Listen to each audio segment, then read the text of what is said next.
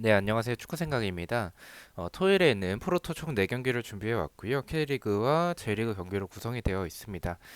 1번 경기부터 말씀을 드리겠습니다. 1번은 토요일에 있는 프로토는 좀 무승부를 잡은 경기들이 좀 많습니다. 그래서 좀 이변을 보는 경기들이 제가 개인적으로 좀 많은 것 같고요. 일단 첫 번째 경기부터 서울대 김천 경기부터 좀 이변을 생각을 하고 있습니다. 아무래도 이 배당에서의 확률은 국내에선 승쪽, 해외 배당에선 비슷한 확률을 보여주고 있지만 서울과 김천 두 팀 다 흐름이 좋은 상황은 아닙니다. 연패를 하고 있는 두 팀의 맞대결이고요. 그리고 이 두 팀이 보여주는 경기에서의 모습들 두 팀 다 좋은 상황은 아니기 때문에 개인적인 생각에서는 이 두 팀의 경기력을 비교해봤었을 때는 서울이 근소하게 좀 앞서는 건 맞는 것 같긴 한데 김천과 비교했었을 때 수비적으로는 조금 더 서울이 불안하지 않나라고 생각을 하고 있습니다. 그래서 저는 이 흐름이 좋지 않고 경기력 또한 좋지 않은 이 두 팀의 모습들 비등한 경기라고 생각을 하고 있어서 서울의 무승부를 말씀을 드리고요. 언어버 같은 경우에는 언더 쪽을 말씀을 드리겠습니다. 서울과 김천 일단 뭐 두 팀 다 서울은 나성호를 받쳐주는 선수가 없고요. 그리고 김천 같은 경우에는 조규성을 받쳐주는 선수가 없기 때문에 두 팀의 상황을 생각을 해봤을 때 개인적으로는 득점이 많이 나올 경기는 아니라고 생각을 하고 있습니다. 언더를 말씀드리도록 하겠습니다. 핸디캡 같은 경우에는 무승부로 이변을 바라보고 있기 때문에 서울의 핸디캡 패배, 김천의 프랜승을 말씀을 드리겠습니다. 자, 2번 경기입니다. 후쿠오카 대 우라레즈의 경기고요. 배당의 세 확률은 국내에선 팩 쪽, 해외 배당에서는 승과 패 쪽을 가리키고 있습니다.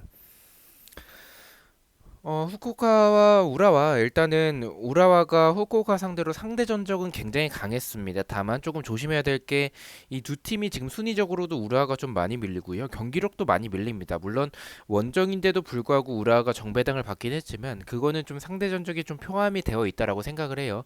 그래서 제 개인적인 생각에서는 후쿠오카가 우라와가 지금 결정력도 좋지 않고 수비에서도 흔들리는 모습들이 많아서 이 세트피스까지 온 후쿠오카가 유리하다라고 보고 있습니다. 근데도 제가 무승부를 바라보는 부분들은 아무래도 우라레즈가 정배당을 받은 부분도 개인적으로 좀 헷갈린다라는 생각이 들고요. 그리고 후쿠오카가 이 우라레즈 상대로 상대 전적에서 좀 약했었던 그 전적이 자꾸 마음에 걸려서 이 경기는 무승부가 가장 적합하지 않나라고 판단을 했습니다. 후쿠오카의 무승부를 가져가 보도록 하고요.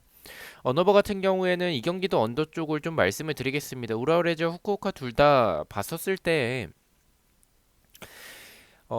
이 우라는 말씀드린 대로 공격이 좀 제대로 풀리지 않는 부분들이 있고 후쿠오카 같은 경우에는 완전히 공격적으로 하는 팀은 아니라고 보고 있습니다. 그래서 이 두 팀이 만났을 때는 득점이 많이 나올 경기보다는 적게 나올 경기가 더 맞다라고 생각을 하고 있습니다. 언더를 말씀을 드리겠습니다.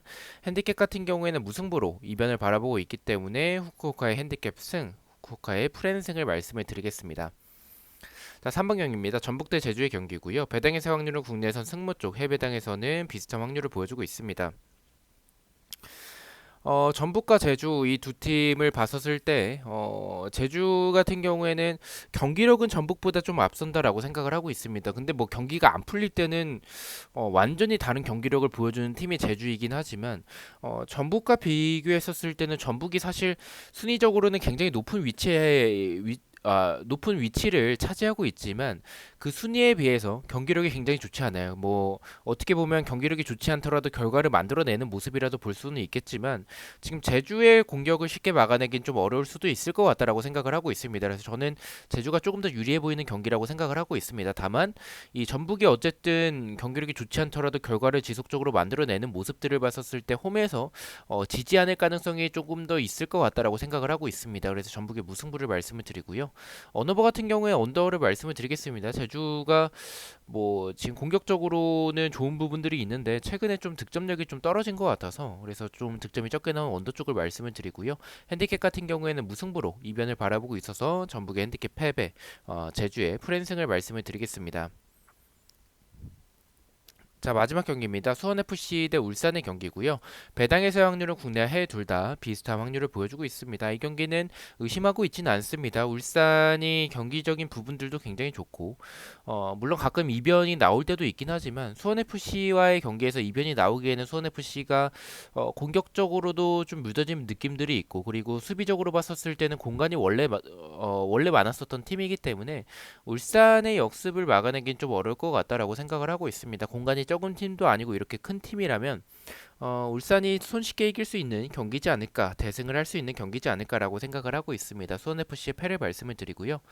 언어버 같은 경우에는 말씀드린 대로 수원FC의 수비에서의 공간들이 많기 때문에 특히 울산의 대승을 생각을 하고 있어서 수원FC의 오버를 말씀을 드리고요. 핸디캡 같은 경우에는 말씀드린 대로 울산의 대승을 생각을 하고 있기 때문에 수원FC 핸디캡 패배, 울산의 마인승을 말씀을 드리겠습니다. 자, 이렇게 해서 4경기에 대해서 공유를 모두 마쳤고요. 1번 경기부터 가장 추천을 드리는 픽을 말씀을 드리겠습니다. 1번은 서울의 언더, 2번은 후쿠오카의 언더를 가장 추천을 드리고요. 3번은 전북의 핸디캡 패배, 마지막 4번은 수원FC의 패를 가장 추천을 드리도록 하겠습니다. 자, 이렇게 4경기 중에서 한 개 픽을 가져와 봤고요. 부주력 픽입니다. 주력과 고배당 픽은 멤버십 회원분들에게만 공유가 되고 있고, 단톡방 참여나 베팅 내역이 보고 싶으신 분들만 멤버십에 가입을 해주시면 좋을 것 같습니다.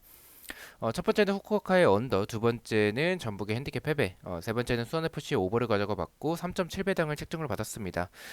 저는 또 내일 저녁에 일요일에 있는 프로토 영상으로 다시 찾아뵙도록 하겠습니다. 시청해주셔서 너무나도 감사드리고 구독과 좋아요 너무나도 감사합니다. 감사합니다.